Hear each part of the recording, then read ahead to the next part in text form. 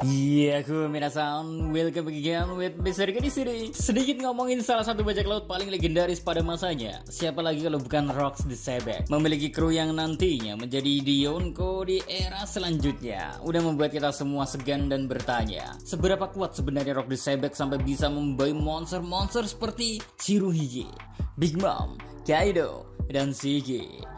Tapi bukan kekuatan ataupun krunya yang bakal Mr. K bahas saat ini, melainkan sosok yang mungkin menjadi inspirasi dari seorang Sebek hingga memiliki impian dan melakukan apapun semasa hidupnya. Mungkinkah sebenarnya Odachi kembali memparalelkan Sebek dengan seseorang? Biar enak ngebahasnya, Mr. K bakal bahas aja di konten 3N alias konten ngobrol ngalor ngidul, dimana Mr. K bisa sesuka hati ngomongin apapun, ya apapun. Oke, tanpa banyak basa-basi gak jelas, monggo enjoy. Langsung aja ke kontennya, ge. Let's go.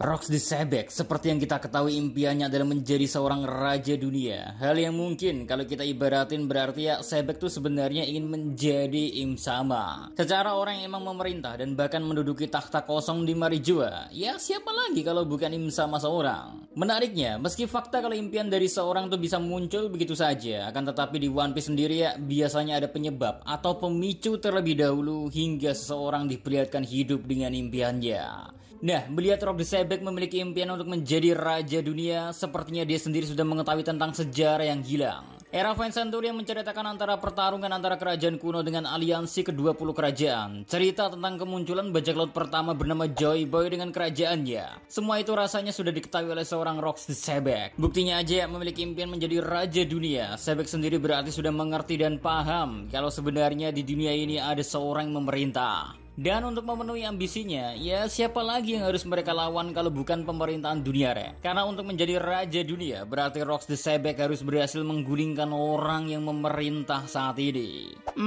Jauh dari alasan itu, sebenarnya ada hal lain yang membuat kita seakan cocok logi jika sebenarnya Rox the Sebek ini terinspirasi dari seorang Joy Boy. Ya, jika kita gunakan perandaian lah ya. Joy Boy yang diketahui memimpin kerajaan kuno, sebuah negeri yang sangat maju dan damai di eranya. Siapa yang tak ingin memiliki hal itu jika kalian sudah mengetahuinya? Hal yang mungkin ternyata bisa kita hubungkan dengan bagaimana Rox pada akhirnya membangun pulaunya sendiri. Pulau Hachinosu ya, meski kita ketahui bukan Rox yang memiliki pulau bajak laut itu, tapi pulau yang sangat identik dengan patung tengkorak besar yang menjulang sangat tinggi itu. Tempat yang pada akhirnya menjadi tempat terbentuknya bajak laut Rox dan kelak dijadikan markas oleh bajak laut mereka. Hingga sekarang ya pulau itu diambil alih oleh Tits sebagai tempat berdiamnya bajak laut Kurohige.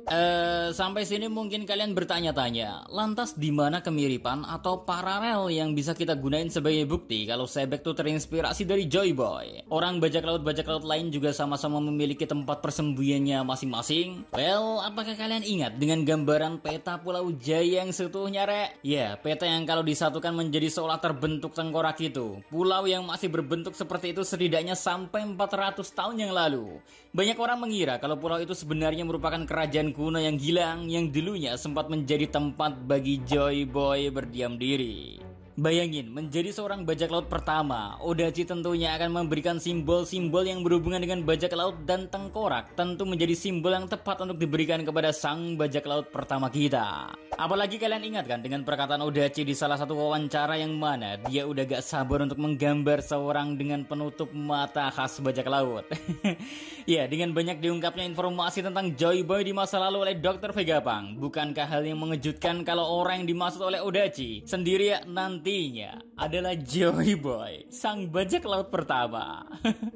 Sandora yang kita ketahui menjadi bagian dari Pulau Jaya, bahkan menjadi ibu kota dari pulau itu, banyak sekali hal-hal yang bisa dibahas dan dijadiin bukti, Bagaimana bahasa-bahasa kuno pun masih terpampang di hampir seluruh tempat seperti apa yang ditemukan Robin ketika sedikit berjalan di Pulau Langit. Ya, jelas apa yang Robin temukan di tempat kerajaan kuno ya, semuanya akan tertulis menggunakan bahasa yang sama dengan apa yang bisa kita temukan di Batu Poneglyph. Karena logikanya ya, Dunia. Bahasa kuno emang merupakan bahasa mereka di kerajaan kuno. Jadinya malah aneh kalau bahasa mereka sendiri gak digunakan di tempatnya. Sedangkan dari situ ya, bukankah kemiripan antara Pulau Cinosu yang memiliki simbol bajak laut yang mana mengikuti bentuk dari Pulau Jaya terdahulu, ditambah impian dari Sebek yang ingin menjadi raja dunia. Sebuah posisi yang kalau sebelum pemerintahan dunia berdiri, berarti sebelum Im Samo memegang kekuasaan semuanya ya berada di bawah kendali Joy Boy sejak 800 tahun yang lalu.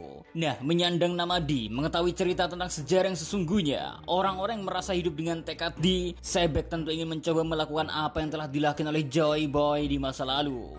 Karena dengan mengetahui cerita sesungguhnya dan mencoba untuk menggulingkan pemerintahan dunia, bagi mereka ya apa yang coba dilakukan hanyalah mengambil ulang kejayaan yang seharusnya ada pada kelompok mereka. Wow, meski dengan terinspirasi oleh Joy Boy dan mencoba mengambil kekuasaan dari pihak pemerintahan dunia kembali, bukan berarti apa yang diinginkan oleh seorang Rocks the Sebek adalah sesuatu yang baik. Karena pada dasarnya Sebek tentu orang yang berbeda dan memiliki keinginannya atau egonya sendiri. Anyway, buat kalian yang penasaran tentang kemungkinan Pulau Jaya atau Sandor yang menjadi tempat dari kerajaan kuno berasal dulu, yang mana tentu aja semua itu berhubungan dengan para orang-orang dari bulan. Nanti tenang re, bakal Mister G buatin satu konten khusus yang bakal ngebahas tentang hal itu. Well, menurut kalian gimana nih? Mungkinkah emang benar seorang Rocks the Sebek sebenarnya terinspirasi dari Joy Boy? Makanya dia mencoba mengikuti jejak dari sang bajak laut pertama dari era Void Century ini.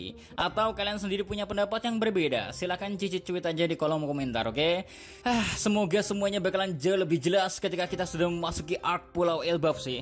Jadinya misteri-misteri yang awalnya hanya berupa pendapat atau teori, kita bakal dikasih tahu secara resmi oleh Odachi secara langsung. Karena kalau kita lihat chapter terbaru kan, kita udah ngerti kalau Nika itu legenda dari Elbaf. Oke, see you next time. Mari sekarang melos, stay safe everyone. Salam Adi Beria.